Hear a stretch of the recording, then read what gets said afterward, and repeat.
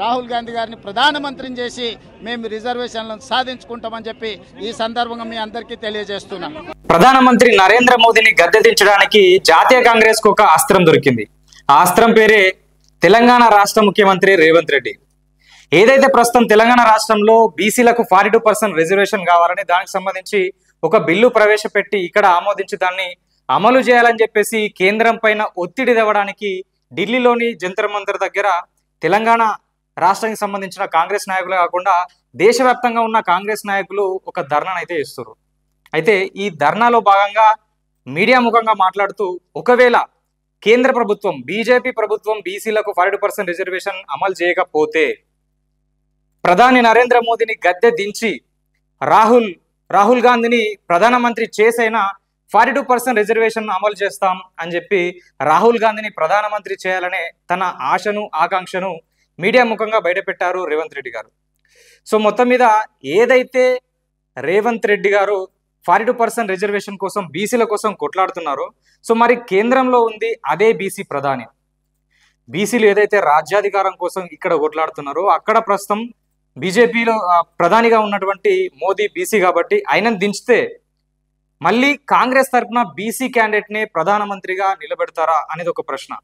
ఇంకొకటి ఏంటంటే ప్రస్తుతం తెలంగాణ రాష్ట్రంలో ఏదైతే 42% రిజర్వేషన్ కోసం స్థానిక సంస్థల ఎన్నికలకు సంబంధించి విద్యా ఉపాధి అవకాశాల గురించి ఈ బిల్లును గురించి కొట్లాడుతున్నారో సో మరే అదే బీసీ క్యాండిడేట్లకు నెక్స్ట్ రాబోయే ఎన్నికల్లో కావచ్చు ఎమ్మెల్సీ క్యాండిడేట్లుగా ఎమ్మెల్యేలుగా వాళ్లకు అదే స్థాయిలో సీట్లు కేటాయిస్తారా?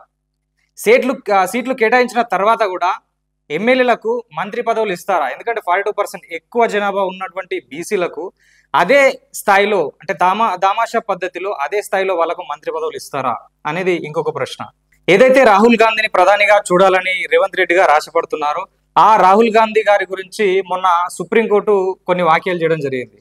ఆ మధ్య కాలంలో భారత్ జోడో అనే ఒక యాత్ర ఆయన మొదలుపెట్టినప్పుడు అరుణాచల్ ప్రదేశ్ రాష్ట్రంలో ఉన్నటువంటి చాలా కొన్ని కిలోమీటర్ల మేర భూభాగాన్ని చైనా సైనికులు ఆక్రమించారు, చైనా ప్రభుత్వం ఆక్రమించింది. కానీ ఇక్కడి సైనికులు ఇక్కడ రక్షణ వ్యవస్థ ఏం చేయలేకపోయింది, కొన్ని కిలోమీటర్ల భూమి అటు వెళ్ళిపోయిందని చెప్పేసి కొన్ని వ్యాఖ్యలు చేయడం జరిగింది. దానికి సంబంధించి మాజీ సైనిక అధికారి ఒక కేసు కూడా వేశారు. సో దానికి సంబంధించి సుప్రీంకోర్టు అత్యున్నత న్యాయస్థానమైనటువంటి సుప్రీంకోర్టు అసలు నువ్వు దేశభక్తి ఉందా నీకు, నువ్వు భారతీయుడివేనా, ఇలాంటి వ్యాఖ్యలు ఎట్లా చేస్తావు, ఇన్ని కిలోమీటర్లు చైనా ఆక్రమించిందని నువ్వు ఎట్లా చెప్తావు అని చెప్పి మొట్టికాయలు వేయడం జరిగింది.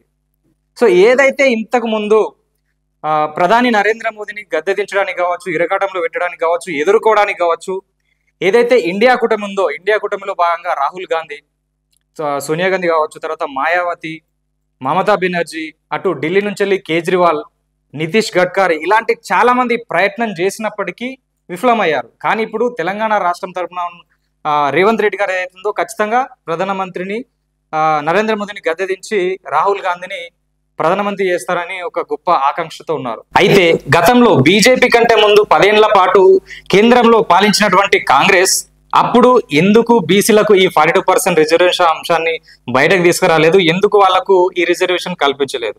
ఇంకొకటి ఇక్కడ ప్రస్తుతం ఇంతకుముందు ఏదైతే తెలంగాణ రాష్ట్రంలో బీఆర్ఎస్ 10 ఏళ్ల పాటు పరిపాలన చేసింది. సో ఆ టైంలో బీఆర్ఎస్ అధినేత కేసీఆర్ కూతురైనటువంటి కవిత ఈ 10 ఏళ్ల కాలంలో ఎందుకు బీసీలకు 42% రిజర్వేషన్ కోసం కొట్లాడలేదు, ఎందుకు దాని గురించి ఆమె శ్రమించలేదు?